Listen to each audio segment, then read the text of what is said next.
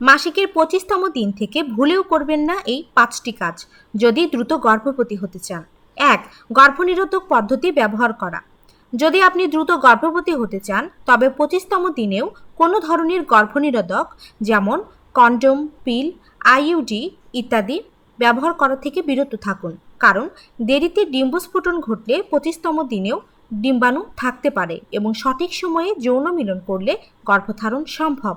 মাসিকের শেষের দিকে অনেকেই ভুলবশত মনে করেন যে তখন গর্ভধারণের সম্ভাবনা নেই, কিন্তু যদি চক্র অনিয়মিত হয় অথবা দেরিতে ডিম্বস্ফোটন ঘটে তাহলে ওই সময়েও গর্ভধারণ হতে পারে। তাই এই সময় গর্ভনিরোধক ব্যবহার করলে গর্ভধারণে বিলম্ব হতে পারে। 2. মানসিক চাপ নেওয়া।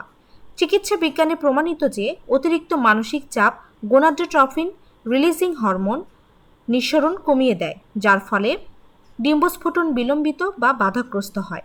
25তম দিনেও যদি আপনার চক্র অনুযায়ী উর্বর সময়ের ভেতরে পড়ে তখন মানসিক চাপ গর্ভধারণের চেষ্টাকে ব্যর্থ করতে পারে। চাপ বা দুশ্চিন্তা হরমোনের ভারসাম্য নষ্ট করে, যার ফলে ডিম্বস্ফোটন বিলম্বিত হতে পারে বা বন্ধ হয়ে যেতে পারে। এতে গর্ভধারণের সম্ভাবনা হ্রাস পায়। তাই মাসিক চক্রের যে কোনো দিন, বিশেষ করে উর্বরতার সময় পরে থাকলেও মানসিক শান্তি বজায় রাখা গুরুত্বপূর্ণ। 3. ভারী ব্যায়াম বা শারীরিক পরিশ্রম করা। গর্ভধারণের প্রচেষ্টার সময় অতিরিক্ত ভারী ব্যায়াম শরীরের হরমোনে প্রভাব ফেলতে পারে। মাসিকের শেষ দিকে শরীর অপেক্ষাকৃত দুর্বল থাকে এবং এই সময় ভারী কাজ বা অতিরিক্ত ব্যায়াম শরীরকে কষ্ট দিতে পারে। শারীরিক সুস্থতা জরুরি হলেও মাসিক চক্রের শেষ দিকে শরীর কিছুটা ক্লান্ত থাকে। অতিরিক্ত ব্যায়াম করলে হরমোনের ভারসাম্য নষ্ট হয়ে যেতে পারে। উদাহরণস্বরূপ, অনেক অ্যাথলেটিক মেয়েদের অনিয়মিত চক্র দেখা যায় বেশি ব্যায়ামের কারণে। 4. অস্বাস্থ্যকর খাবার খাওয়া। 28 দিনের চক্রে 25তম দিন মানে আপনি লুটিয়াল ফেজের শেষের দিকে। এই সময় হরমোন, বিশেষ করে প্রোজেস্টেরন, কাজ করে গর্ভধারণে সহায়ক পরিবেশ তৈরিতে। কিন্তু অস্বাস্থ্যকর খাবার যেমন ফাস্ট ফুড, অতিরিক্ত চিনি, ক্যাফেইন, প্রসেসড ফুড এই হরমোনের স্বাভাবিক কার্যকারিতা নষ্ট করতে পারে। 5. যৌন সম্পর্ক সম্পূর্ণ এড়িয়ে যাওয়া। অনেকেই মনে করেন উর্বর সময় পেরিয়ে গেলে যৌন সম্পর্কের প্রয়োজন নেই, কিন্তু কেউ কেউ দেরিতে ডিম্বস্ফোটন করেন। তাই 25তম দিনেও গর্ভধারণের সম্ভাবনা থেকে যায়, বিশেষ করে যদি চক্র দীর্ঘ হয়, অর্থাৎ 30 থেকে 35 দিনের। আপনার শরীরে যদি দেরিতে ডিম্বস্ফোটন করে থাকে তাহলে এই দিনগুলোতে মিলন না করলে গর্ভধারণের সুযোগ হারাতে পারেন। ফলে এ সময় যৌন সম্পর্ক পুরোপুরি এড়িয়ে গেলে গর্ভধারণের সুযোগ হাতছাড়া হয়ে যেতে পারে। তবে মিলনের ক্ষেত্রে পেটে যাতে বেশি ঝাঁকি বা চাপ না লাগে সেদিকেও খেয়াল রাখতে হবে, নতুবা গর্ভরোপণ হয়ে গেলে তা মিলনের সময়কার বেশি ঝাঁকি বা চাপের কারণে নষ্ট হয়ে যেতে পারে। এ কারণে মিলনের সময়ে ধীরভাব বা সাবধানতা বজায় রাখুন।